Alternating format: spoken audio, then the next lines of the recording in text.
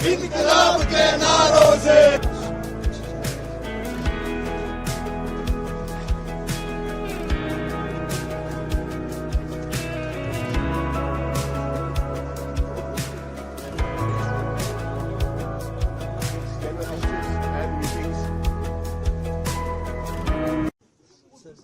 समझना चाहेंगे advocates are protesting, आज का जो प्रोटेस्ट है is it in the form of protest march और क्या एप्रीहेंशन है अमेंडमेंट जो आने वाला है एडवोकेट्स? टेक्निकली स्पीकिंग अगर इस स्टेज और वक्त को देखा जाए तो हमें ये बोला जा सकता है कि अभी तो हमने बिल इंट्रोड्यूस किया है। बिल इंट्रोडक्शन में भी फाइनलिटी तब होगी जब इसके सारे सुजेशन सुनने के बाद हम इसको कानून की शक्ल देंगे, तब आप अफेक्टेड होंगे। जो हम इसको अपोज कर रहे हैं एडवोकेट्स एज सच, वो इसलिए कर रहे हैं कि हम उस वक्त का इंतजार नहीं करेंगे। जो आपकी सोच है इसको बदलने की, वो सोच ही गलत है, उसमें बदनीति है, उसमें कोई नियत आपकी ठीक नहीं है।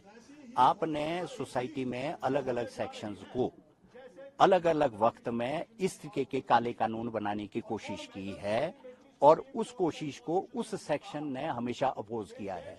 आज आपने हाथ एडवोकेट्स एज ए क्लास पे डाल दिया है।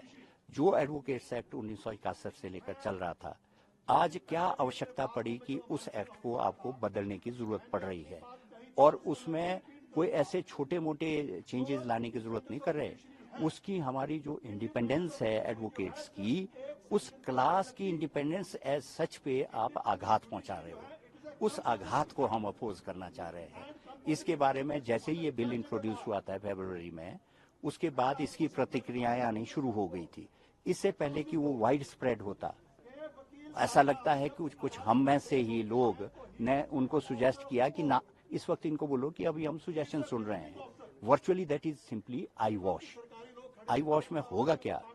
आई वॉश में वो उनको फॉर्मेलिटी पूरी करेंगे, कॉलिंग फॉर ऑब्जेक्शंस, उसके बाद इसको कानून को का अमली जामा पहना देंगे और उसके बाद हम लड़ते रहे, कोर्ट में चैलेंज करते रहे, क्योंकि इससे जो हमारी स्वायत्तता है दैट इज अंडर थ्रेट।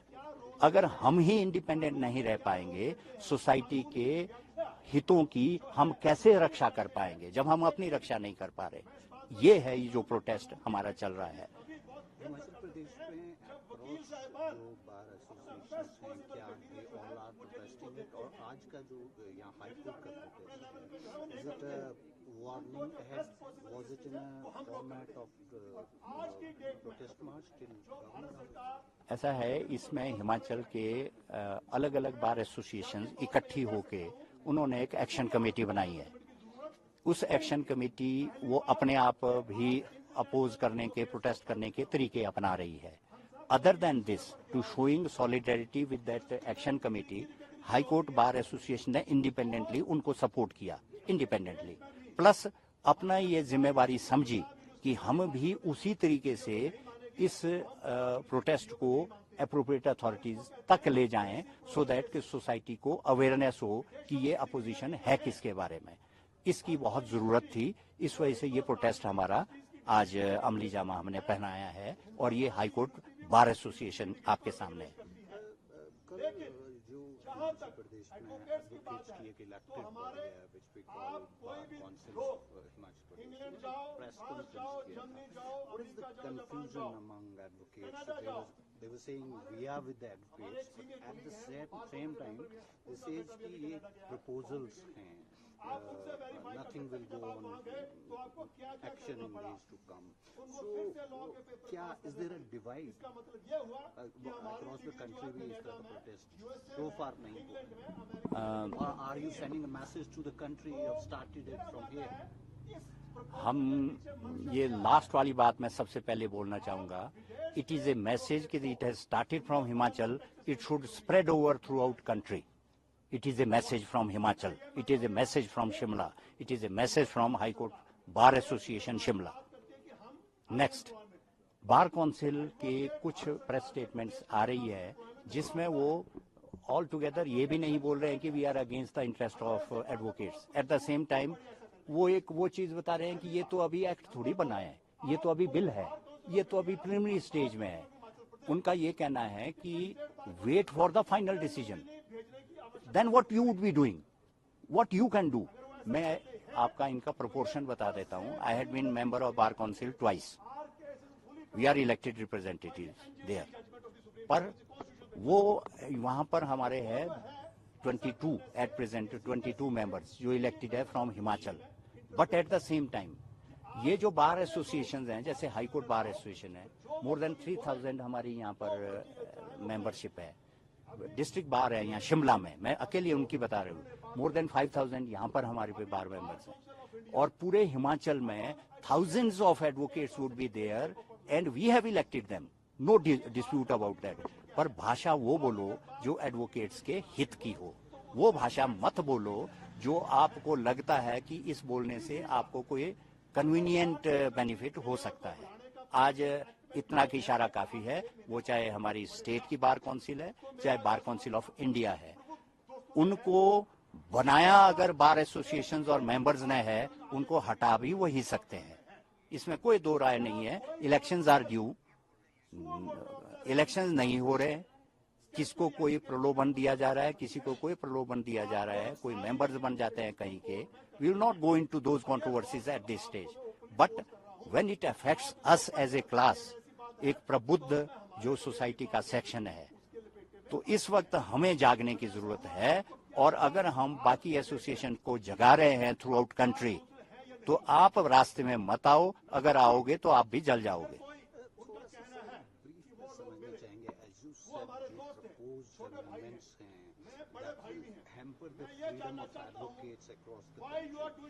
किस तरह का अमेंडमेंट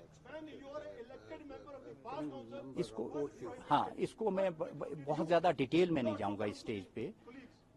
फॉर एग्जांपल हमारा जो सेटअप था ऑलरेडी 1961 के एक्ट में, 1961 के एक्ट में there is bar council of India, state bar councils. इनको जिम्मेवारी दी गई है कि जो भी कोई मिसकंडक्ट कोई एडवोकेट करेगा, मिसकंडक्ट को मैं थोड़ा सा डिफाइन कर दूं, आम आदमी समझ जाए, कि अगर किसी जो लिटिगेंट है उसको ये महसूस होता है कि वकील साहब ने किसी तरीके की, I am using this expression, हेराफेरी की है मेरे केस को ठीक ढंग से ना कंडक्ट करने की, वो एक अपनी शिकायत देता है. वो शिकायत बार काउंसिल में जाती है स्टेट में, उसकी अपील जाती है सेंट्रल बार काउंसिल दिल्ली जो हमारी ऑल इंडिया बार काउंसिल है. उसके लिए इंडिपेंडेंट कमिटीज कॉन्स्टिट्यूट होती है बार काउंसिल में. वो कमिटीज ने, देयर आर इंस्टांसेस जहां हमारे वकीलों को कई सालों के लिए उनके लाइसेंसेस खत्म कर दिए गए हैं, उनको सजा दी गई है, उसकी अपील फर्दर सुप्रीम कोर्ट तक जाती है. Supreme court has affirmed it, meaning thereby ये मैकेनिज्म ऑलरेडी प्रोवाइडेड है अंडर द ओल्ड एक्ट. इस मैकेनिज्म को खत्म किया जा रहा है कि ये आपका इंडिपेंडेंट हाउस की बॉडी नहीं होगी. इसमें हमारे कुछ एक नॉमिनेटेड बंदे होंगे. आप कौन है? You are not advocate. Government के इस बार काउंसिल के अगर इलेक्टेड 15 लोग होंगे, इसमें हमारे 3 लोग 4 लोग और हमारे भी होंगे. Why not apprehension? This is proposed. Definitely you are destabilising the entire body which has got its independent thing. मैं I am not citing an example. For example court में हीटेड आर्गुमेंट्स होते हैं, 2 साइड हैं. Honourable court सामने उस बात को सुन रहा है. एक स्टेज में अपने क्लाइंट के इंटरेस्ट को प्रोटेक्ट करने के लिए आर्गुमेंट में आपकी पिच आर्गुमेंट की बढ़ जाती है, आवाज ऊंची हो जाती है. आप कोई ऐसा तरीके से बात कर रहे हो जो ऑनरेबल जज को भी गलत लगता हो. ऑनरेबल जज वहां मुझे सजा नहीं दे सकता. वो वहां से कंप्लेन करता है बार काउंसिल को कि see his conduct is bad, take action against him. इसका मतलब हमारे सिस्टम में already that system is there. अगर आप उन्हीं जज साहब को ये मौका दे दो कि जहां आपको गलत लगे आप उसी वक्त उनको सजा दे सकते हो, तो ये हमारी वो स्वायत्तता पे असर है कि नहीं, ये आम आदमी को समझने की जरूरत है. आम आदमी ये मत सोचे कि आज वकील इसलिए लड़ रहा है क्योंकि उनको पिंच कर रहा है, कल किसान इसलिए लड़ रहा था क्योंकि किसान को पिंच कर रहा था. जीएसटी में जो जितने ट्रेडर्स थे इसलिए लड़ रहे थे क्योंकि उनको पिंच कर रहा है. पर सोसाइटी ये नहीं देख रहे, हर एक जो भी इस तरीके का अटेम्प्ट है, it affects the society as a whole. और उसके उन्होंने एक एक करके टेस्ट करके उस सेक्शन को पकड़ना शुरू कर दिया है जो मैटर करते हैं सोसाइटी में. और एडवोकेट्स एक वो सेक्शन है जो औरों की लड़ाई लड़ता है. आज अपनी लड़ाई ना लड़े, मुझे बाकी बार एसोसिएशन को कन्वे करना चाहता हूं आपके माध्यम से कि जागो, अपनी आत्मा को जगाओ, don't oppose for the sake of opposition, see what is intended to be done. आपका नाम जानना I am Piyush Verma, President of the HP High Court Bar Association.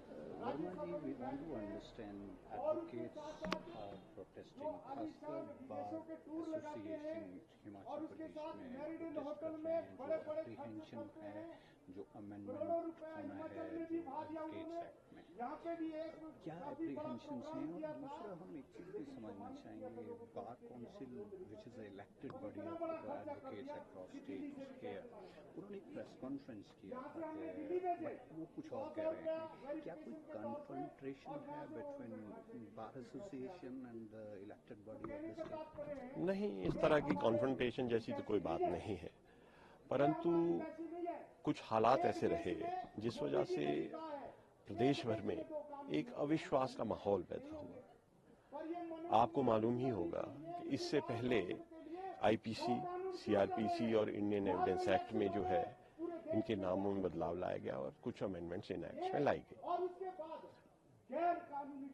जब ये प्रपोज्ड अमेंडमेंट इस तरह की आई तो उस वक्त भी इस तरह का आश्वासन दिया गया था कि ये अमेंडमेंट्स जो है स्टेक होल्डर्स को पूछे बिना, उनकी राय लिए बिना, उनका मत जाने बगैर नहीं आएंगे। इस तरह की एश्योरेंस जो है सभी अधिवक्ताओं को दी गई थी, परंतु हुआ कुछ ऐसा कि स्टेक होल्डर्स को इसमें जो है उनका मत कंसिडर नहीं किया गया। कुछ उसी तरह की परिस्थिति जो है इस तरह की अमेंडमेंट्स, जो ये अमेंडमेंट एक्ट बिल लाया गया है, जो प्रपोज्ड अमेंडमेंट्स हैं, कुछ इस तरह की परिस्थिति यहाँ भी पैदा हो। आपने अमेंडमेंट्स प्रपोज कर दी इस मर्तबा एडवोकेट्स एक्ट में, और जो अमेंडमेंट्स हैं उस बार अभी सभी लोगों ने यहाँ पर एड्रेस भी किया है। अब चूंकि इसमें एडवोकेट्स डायरेक्टली अफेक्टेड थे तो इसमें विरोध के स्वर सामने आना लाजमी था। तो जब ये विरोध शुरू हुआ तो 17 तारीख को, 17 फरवरी को एक चिट्ठी आई जो bar council state of Himachal Pradesh की थी कि सारे प्रदेश के जितने भी बार एसोसिएशंस हैं वो इसमें अपना विरोध दर्ज करें या अपने ऑब्जेक्शंस जो है वो नोट करवाएं। और इसमें जो है 28 तारीख तक समय दिया गया था। इस दौरान एक चिट्ठी जो है वो सर्कुलेट की गई जो कोई चीफ कंट्रोलर की तरफ से थी कि ये जो है ये रिकंसिडर किया जाएगा और स्टेक होल्डर्स से जो है ऑब्जेक्शंस इनवाइट किए जाएंगे। तो ये चिट्ठी सर्कुलेट की गई और साथ ही कहा गया कि बतेरे ऑब्जेक्शंस आ गए हैं, अब कोई और ऑब्जेक्शंस नहीं आएंगे। परंतु जैसा कि मैंने कहा कि पहले से ही एक अविश्वास का माहौल था। बेहतर होता कि बार काउंसिल के कोई ऑफ इंडिया के कोई ऑथराइज्ड नुमाइंदे वो सामने आते और कहते कि ये रिकंसिडर किया जाएगा या ये प्रपोज बिल है ये वापस ले लिया गया है। परंतु अगर आप उन कम्युनिकेशंस को देखें तो उन कम्युनिकेशंस में या जो बार काउंसिल ऑफ इंडिया की कम्युनिकेशंस है या फिर जो bar council state of Himachal Pradesh की कम्युनिकेशंस है, उनमें कहीं भी ऐसा नहीं है कि दी प्रपोज्ड अमेंडमेंट स्टैंड विड्रॉन। केवल एक रिकंसिडर। और ये आज पहली मर्तबा नहीं है कि यहाँ पर जो है बार एसोसिएशन के लोग इकट्ठे हुए हैं। इससे पहले भी कम से कम 3 जनरल हाउस इस इशू पर हुए हैं और being members of the bar association they were all invited, मगर किसी भी जनरल हाउस में ये स्पष्ट नहीं किया गया किसी भी authorised bar council of Himachal Pradesh या बार काउंसिल ऑफ इंडिया के नुमाइंदे द्वारा कि ये प्रपोज्ड अमेंडमेंट्स वापस ले ली गई। इस वजह से ये जो अविश्वास का माहौल है जो पूरे प्रदेश में आज बन गया है, कोई भी ऑथराइज्ड रिप्रेजेंटेटिव सामने आए और कहे कि ये वापस ले ली गई हैं तो मुद्दा खत्म हो जाएगा। आज का प्रोटेस्ट का फॉर्मेट क्या था और प्लान ऑफ एक्शन क्या है? कोई जॉइंट एक्शन कमेटी भी बनाएगी? ये डेमोन्स्ट्रेशन कहाँ तक? कल ही जो है हमारा जनरल हाउस हुआ था, उस जनरल हाउस में एक एक्शन कमेटी हाई कोर्ट की तैयार करने बारे बात हुई थी। वो एक्शन कमेटी 30 सदस्यीय हमने तैयार कर दी है, जिसमें ये निर्णय लिया गया कि कल हम जो है हाई कोर्ट प्रांगण से गवर्नर हाउस राजभवन तक जो है पीसफुल मार्च करेंगे। किसी भी तरह के हम स्लोगन शाउटिंग, ट्रैफिक ब्लॉकिंग या इस तरह की कोई भी हरकत हमारे प्रदर्शन में नहीं होगी, क्योंकि हम जो है एलीट ऑफ द सोसाइटी स्वयं को कहते हैं, तो हम उसी तरह का एक प्रोसेशन करना चाहते हैं जो बिहेव करे हमारे स्टेटस और हमारे स्टेचर को। और ये तय हुआ था कि हम वहाँ पर गेट मीटिंग करेंगे, कुछ सीनियर एडवोकेट्स जो है एड्रेस करेंगे। उसके बाद जो है एक छोटा डेलीगेशन जो है गवर्नर साहब को अपने रेजोल्यूशन या अपने जो है जो हमारा रेजोल्यूशन है या जो हमारी ऑपोजिशन है टू दीज प्रपोजल अमेंडमेंट्स, वो गवर्नर साहब को हम प्रेजेंट करेंगे, जो उन्हें फॉरवर्ड करें to the honourable president of India and to the honourable law minister. Thank you.